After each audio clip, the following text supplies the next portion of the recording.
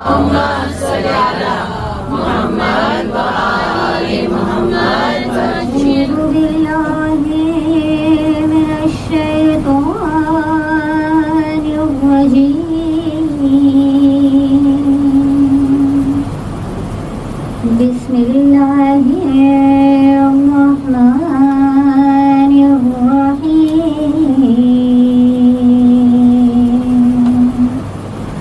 الحمد لله رب العالمين. الحمد لله كما هو أهله. الصلاة والسلام على أشرف الأنبياء والمرسلين، خاتم النبيين، الرسول المصدق بالحسن محمد.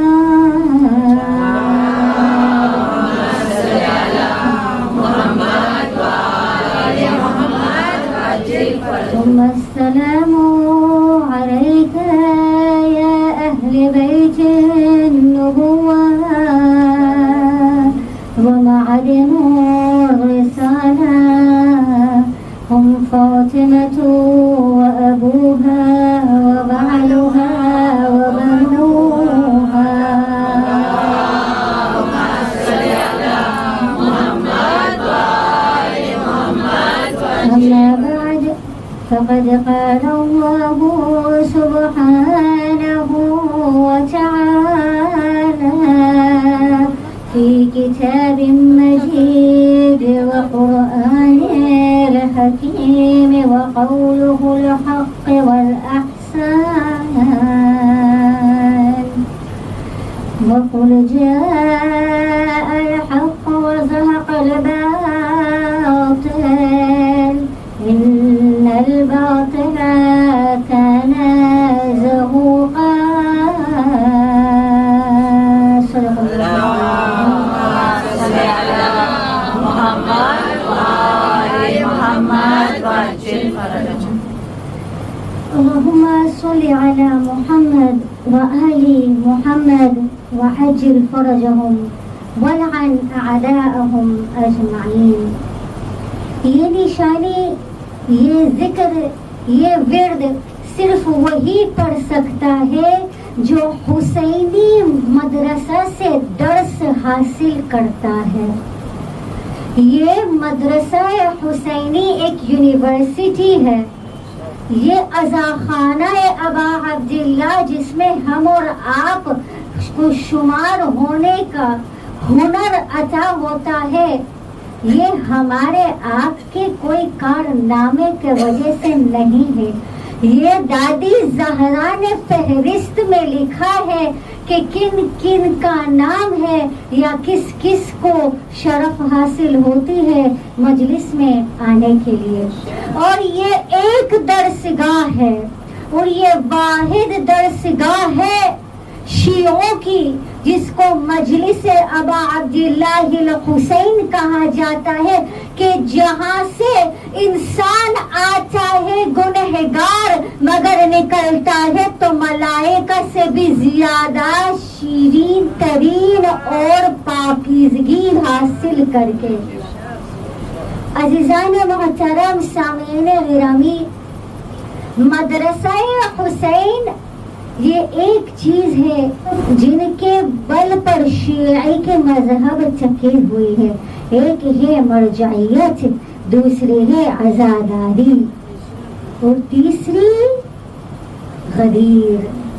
غدیر نے ہم کو اس طرح سے ملایا، غدیر نے ہم کو اس طرح پاک کیا کہ ہماری شروعات اگر غدیر ہوئی تو غدیر سے لے کے کربلا تک ہم اس طرح پہنچ گئے کہ ہم ہوئے حق اور ہوئے باطل. عزیزان محترم، موضوع آج کا ہم نے جو چنا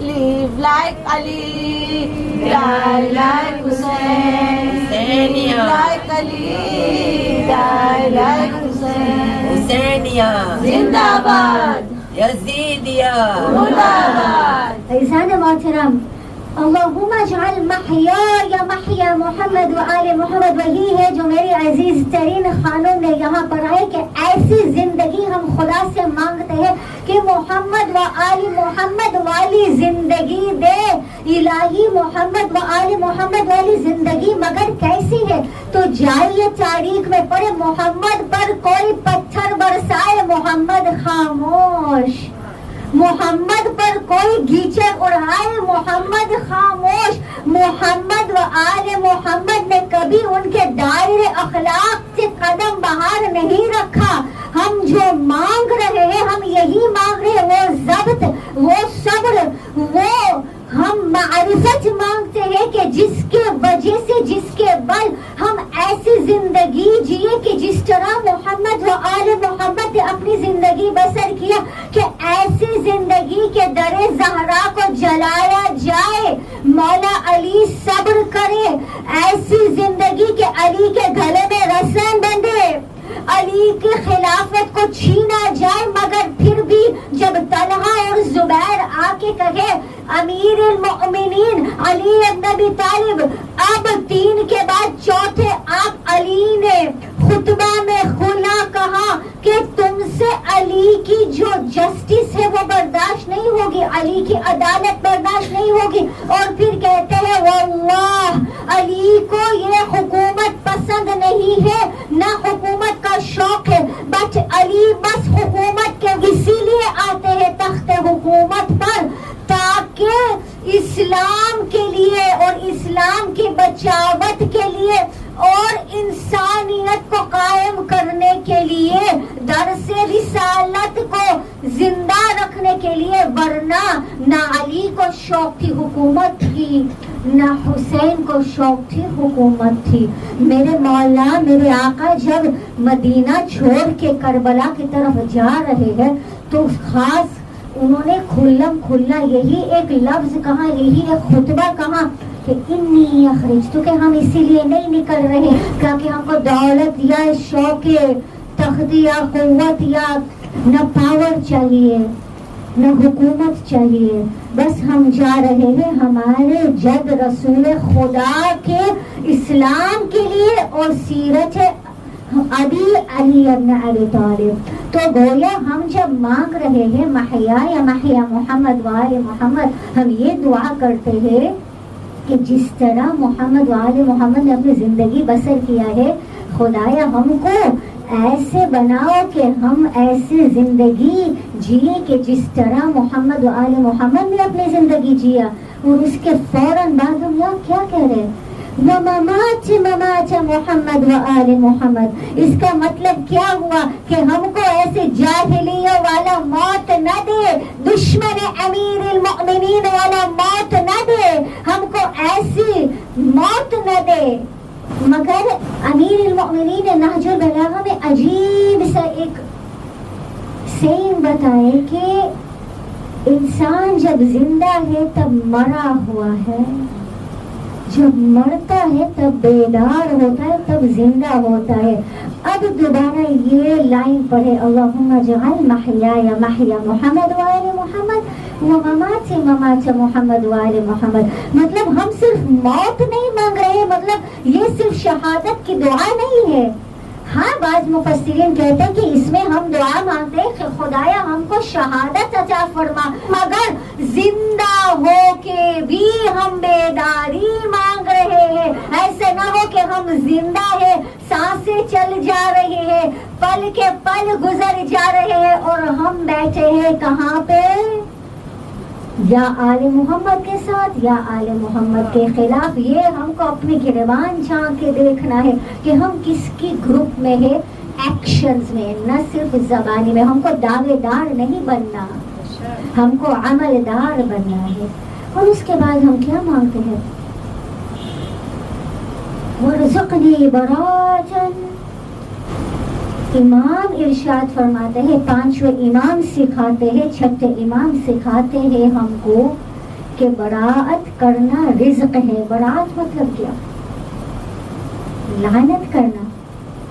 لعنت مطلب کیا؟ ہماری فروع دین میں ہے تولی اور تبری. اور شیخ شاہ نواز کی جو مجلس سنے تھے تو سب کو اب تو سب اس چیز سے آشنا ہے کہ ہم جو تولا تبرہ کہہ رہے ہیں اصل عربی میں تولی اور تبری ہے. یہ ہم نے آ لگا دیا آگے کیونکہ ایزی ہو جاتا ہے پڑھنے کے لیے. تو اصل میں تبری کیا ہے, تولی کیا ہے؟ جو ہم شروع میں صلوات پڑھ رہے تھے نا, اظہار محبت جو ہم کرتے ہیں نا, جس میں ہم کہہ رہے ہیں اللہم صلی علی محمد و آل محمد وعجل فرجہم. بعض اوقات ہم وہیں پہ رک جاتے. آپ کی تولی ہو گئی, تبری کہاں گئی؟ وَلَعَنْ عَدَاهُمْ أَجْمَعِينَ. اگر جب تک ہم تولی اور تبری کو ایک ساتھ نہیں لے کے آئے, جس طرح ایک سکے کے دو حصے, ایک ہیڈ ہوتا ہے ایک ٹیل ہوتا ہے, ہر چیز کے دو حصے ہوتے ہیں, آگے کا حصہ ہوتا ہے ایک پیچھے کا حصہ ہوتا ہے. ہم بھی اگر ابھی کھڑے ہو جائیں گے, سب کھڑے ہو جائیں گے, آپ کا فرنٹ فیس ہے, آپ کا بیک بھی ہے. تو وہی تولی اور تبری ایک سکے کے دو نقطے ہیں. آپ تولی کر ہی نہیں سکتے تبری کے بغیر, اور آپ تبری کر ہی نہیں سکتے تولی کے بغیر. عزیزان محترم, تو ہم جو تبری مانگ رہے وہ براءتاً, وارزقنی براءتاً, مطلب یہ ایک رزق ہے. مطلب آپ اگر اپنے آپ میں دیکھتے ہو آپ میں صلاحیت تبری ہے تو آپ نے اللہ سے رزق مانگا ہے, اور اللہ نے آپ کو چنا ہے کہ آپ اہل بیت کے دشمن پر لعن بھیجے. مگر اگر آپ غور کریں گے تو سب سے زیادہ زیادت عاشورہ میں دو چیزیں ہیں, ایک لعن ہے 100 مرتبہ اور ایک صلوات ہے, سلام ہے 100 مرتبہ. یہ سب سے زیادہ ہے زیادت عاشورہ میں. اور اس میں ایک بہت بڑا لیسن ہے جس میں اللہ سبحانہ و تبارک و تعالی امام کے ذریعے ہم کو کیا سکھا رہے ہیں. یہ دیکھیے رسول اللہ کے لیے ہم کیا کہہ رہے ہیں, ان ہوا الا وحی یوحی. رسول اللہ کچھ نہیں کرتے, کچھ نہیں فرماتے سوائے کہ اللہ کا وحی ہے. اور پھر رسول اللہ نے کہا اولنا محمد اوسطنا محمد آخرنا محمد وکلنا محمد. گویا سب کے پاس وحی آتی ہے. کبھی وہی زہرا کے در پہ جا کے حسین کے جھولے کو جھلاتے, یا تو زہرا کو مدد کرتے ہیں چکی پیسنے میں. اگر زہرا کے پاس وہی آتی ہے تو 11 اولاد زہرا کو وہی نہیں آتی. لہذا امام ارشاد فرماتے ہیں, امام سکھاتے ہیں کہ ہم کو لعن بھی کیسے کرنا ہے. بعض اوقات کھلا لعن کرنا ہے, بعض اوقات چھپ کے لعن کرنا ہے, بعض اوقات ایسے ہوتے ہیں کہ کچھ ایسے افراد گزرے ہیں تاریخ میں کہ جس کا نام لینا بھی مناسب نہیں ہوتا, پسندیدہ نہیں ہوتا اپنے پاک زبان میں ایسے نجس نام لینے کے لیے. لہذا مولا نے ارشاد فرمایا اولا دشمنان اہل بیت اللہم لعن اولا وثانیہ وثالثہ ورابعہ ویزید خامسہ. اب آپ کا وہ فرعون, نمرود, شداد, آپ جس کا بھی نام لو, یہ تاریخ جانے, تاریخ کھول کے دیکھ لیجئے کہ لعن کس پر کہاں پہ کیسے پڑھتے ہیں. مگر امام نے یہ بھی فرمایا وَيَزِيدَ خَامِسًا وَلَعَنُ عُبَيْدَ اللَّهِ بْنَ زِيَادَ وَابْنَ مَرْجَانَ وَعُمَرَ بْنَ سَعْدٍ وَالشِّمْرَ وَآلَ أَبِي سُفْيَانَ وَآلَ أَبِي سُفْيَانَ وآل زیادہ وآل مرد. یہاں پہ آل کا مطلب کیا ہوا؟ ہمارے اور آپ کے پانچوں امام محمد باقر آل محمد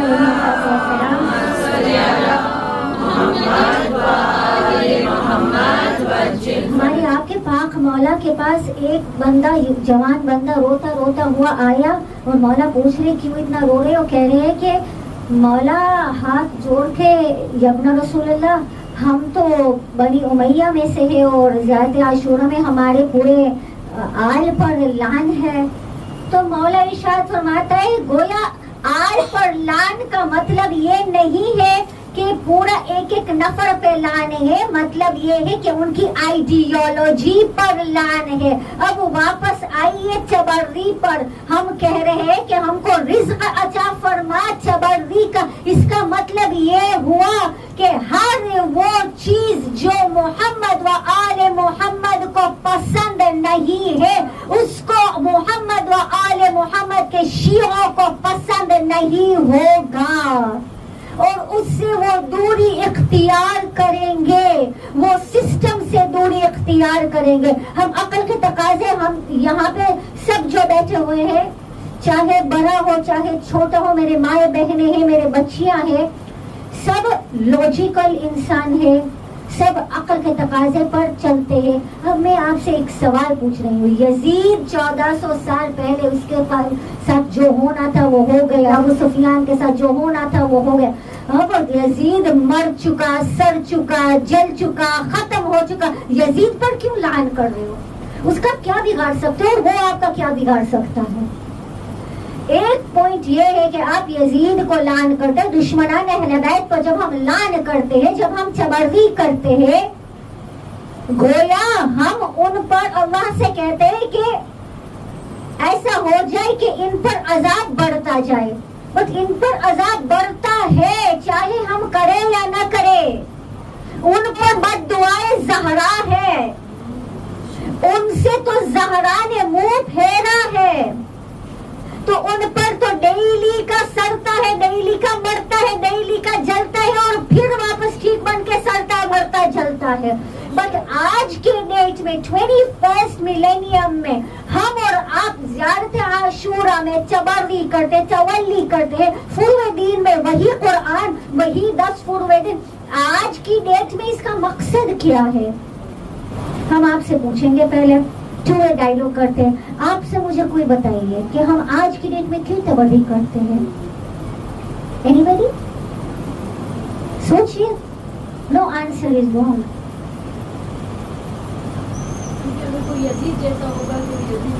احسن. درود پڑھ دیجیے محمد و آل محمد.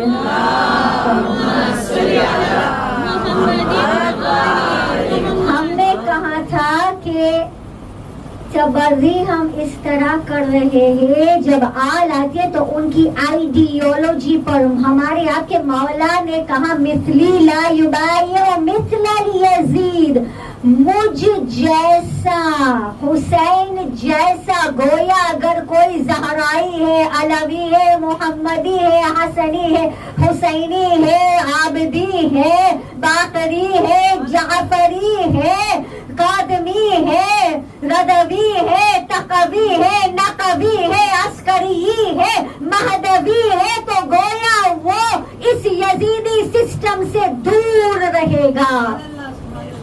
اگر آپ علی والے ہیں، رسول والے ہیں، اہل بیت والے ہیں، تو آپ اس آئیڈیالوجی پر براعت کر رہے ہو. اور آپ ایک چیز دیکھیے کہ زیارت عاشورہ میں آپ پہلے براعت کر رہے ہو، پہلے آپ اپنے آپ کو اس سسٹم سے دور کرتے ہو. دور کرنے کے بعد آپ اعلان کرتے ہو کہ میں یہ سسٹم میں نہیں ہوں. اللهم لعن اول ظالم ظلم حق محمد وآل محمد وآخر تابع له على ذلك. یہاں پہ الہ یوم القیامہ بھی آئے ہیں، کیونکہ وہ ابو سفیان تھا جو پہلے محمد کے خلاف تھا، اور یہ سفیانی آنے والا ہے جو آخری محمد کے خلاف کھڑا ہوگا. ہم کو کہاں رہنا ہے؟ ہم کو کون سا راستہ چننا ہے؟ اور وہ راستہ چننے کے لیے آسان نہیں ہے. ہم کو بڑا صبر سے کام لینا ہے، ہم کو بڑا عقل مندی سے کام لینا ہے. اور ایک اور بات، لعن جب کرتے ہیں تو اس میں گالی گلوچ نہیں کرتے. امام جعفر صادق علیہ محمد علیہ السلام ارشاد فرماتے ہیں کہ ہمارے والے میں سے نہیں ہے.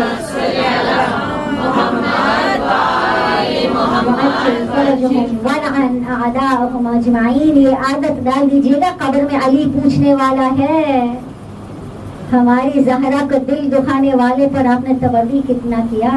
یہ عادت ڈال دیجئے صلوات کے آگے عجل فرجہم تو آپ کہہ دیتے ہو، بٹ ولعن اعداءہم اجمعین اگر آپ جب تک ڈسکلوز نہیں کیا، اعلان نہیں کیا، پروکلیم نہیں کیا، یہ آپ کا اور ہمارا سٹینڈ ہے، یہ آپ کا اور ہمارا سلوگن ہے کہ ہم رسول اور اہل آل رسول پر صلوات بیچتے ہیں اور ان کے دشمن سے براءت کرتے ہیں، ان کے دشمن کے سسٹم سے ہم دور رہتے، یزیدی سسٹم سے ہم دور رہتے، اور عزیزان محترم یزیدی سسٹم آج تک ہے۔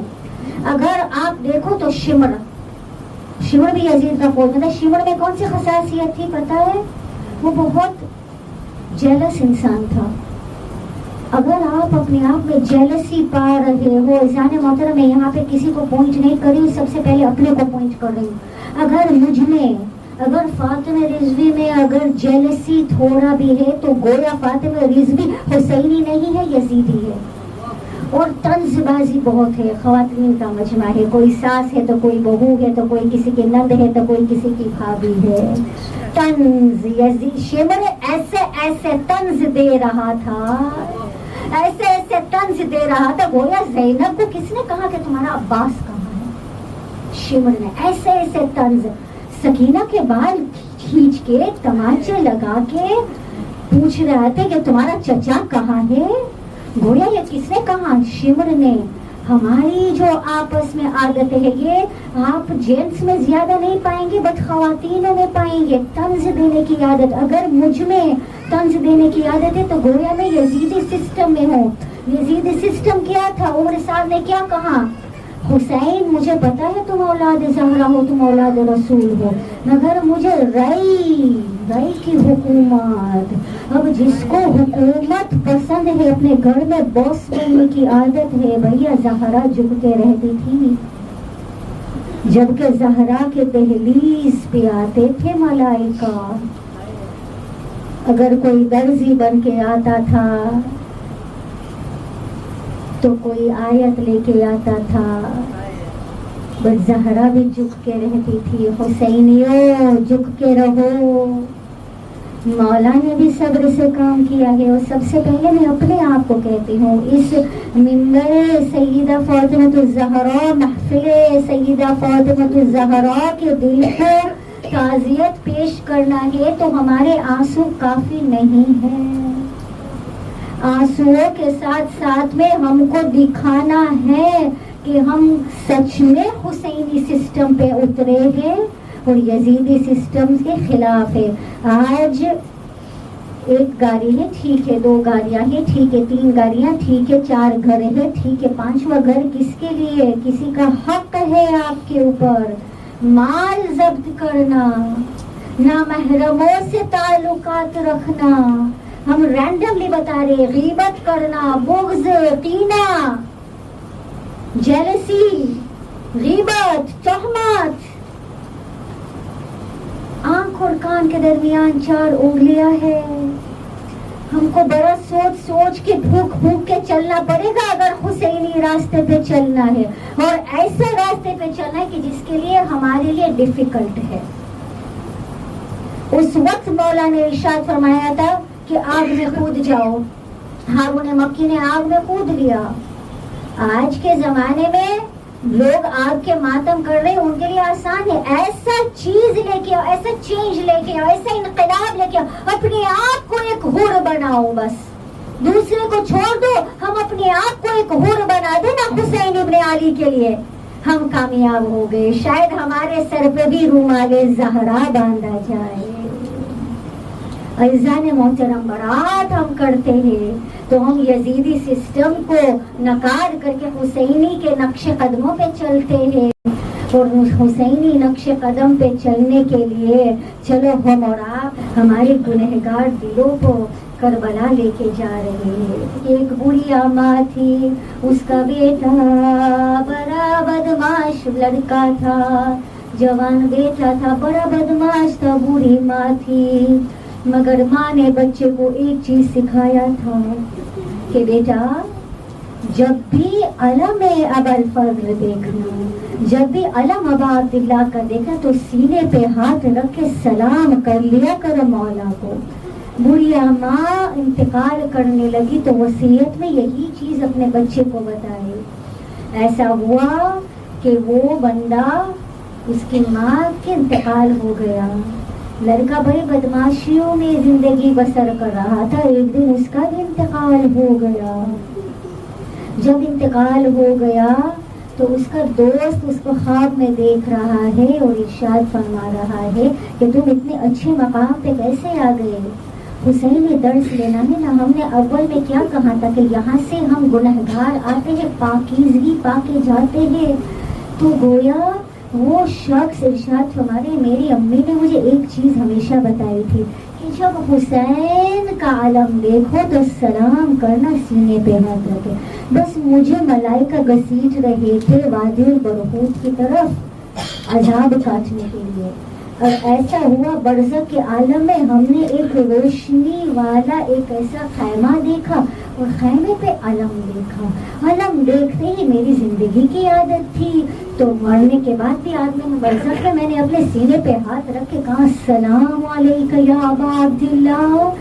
یہ عزیزان محترم, روزانہ نماز کے بعد اگر امام زمانہ سے ملاقات کرنی ہے نا تو تھوڑا 2 منٹ سے ہی حسین پر گریا کرو. امام زمانہ آپ کے ساتھ گریا کریں گے. ہم کو نہیں پتا دادی زہرا یہاں پہ بیٹھے ہوئے ہوں گے, امام زمانہ ہمارے ساتھ میں شاید بیٹھے ہوئے ہوں گے اور پورے کربلا والے کو لے کے آئے ہوئے ہوں گے. بس وہ شخص کہہ رہا ہے کہ مجھے گھسیٹ کے جا رہے تھے, میں نے جیسے سلام کیا میرے مولا سامنے آئے اور کہا یہ کون بدکار شخص ہے. مولا, میں نے ہاتھ جوڑ کے کہا مولا مولا میں ہاتھ جوڑ کے معافی مانگ رہا ہوں, میرے نام عمل گنہگار ہے. مولا بہت روئے مگر نجات دے دی. بس مولا کو سینے پہ ہاتھ رکھ کے سلام کرتے ہیں, السلام علی الحسین. سب مل کے سلام کریں. وعلی علی وعلی اولاد وعلی اصحاب. میرا سلام اس بی بی پر جس کا مدینے میں اگر گھر نہ جلتا تو شام غریبہ میں خیمے نہ جلتی. میرے سلام اس ٹوٹی پھسلیوں پر جس کے مدینے میں ٹوٹے پھسلی نہیں ہوتے تو حسین پر گھوڑے نہیں دوڑاتے. میرے سلام اس علی کے کلائی اور گھڑے پر کہ اگر مدینے میں علی کو رسن نہ بندھتے تو شام غریبہ کے بعد روز غریبہ میں بیویوں کو 12 گھڑے میں ایک رسن نہیں باندھتے. پشت گردن ہاتھوں کو رسن بستہ نہیں کرتے. میرے سلام اس ننھی سکینہ پر امام زمانہ زیارت ناہیہ میں ارشاد فرماتے ہیں میرے سلام ان رخساروں پر جو کربلا سے کوفہ سے شام رنگ تبدیل ہوتا رہا. میرے سلام ان بیویوں پر جو بنا کجاوے کے ناکے پر بٹھائے گئے. میرے سلام ان بیویوں کے مصیبت پر. عزیزان محترم سینے پہ ہاتھ رکھ کے مصیبت سن لیجئے زینب کی. زینب ارشاد فرماتی ہے عباس آپ کی طرح میں بھی گر پڑی. مفسرین نے پوچھا کیسے؟ گویا عباس گرے تب منہ کے بل گرے, بنا ہاتھ پہ گرے. 11ویں محرم کو گنج شہداء میں پھرایا جاتا ہے عزیزوں کو, اور گنج شہداء شہداء میں کیا دیکھتے ہیں؟ گنج شہداء میں دیکھتی ہے زینب دیکھتے کہ سجاد بابا کے لاش کو دیکھ کے روح پرواز کرے گا تو زینب کے ہاتھ پس گردن بندے ہوئے تھے اور منہ کے بل زینب نے اپنے آپ کو گرایا.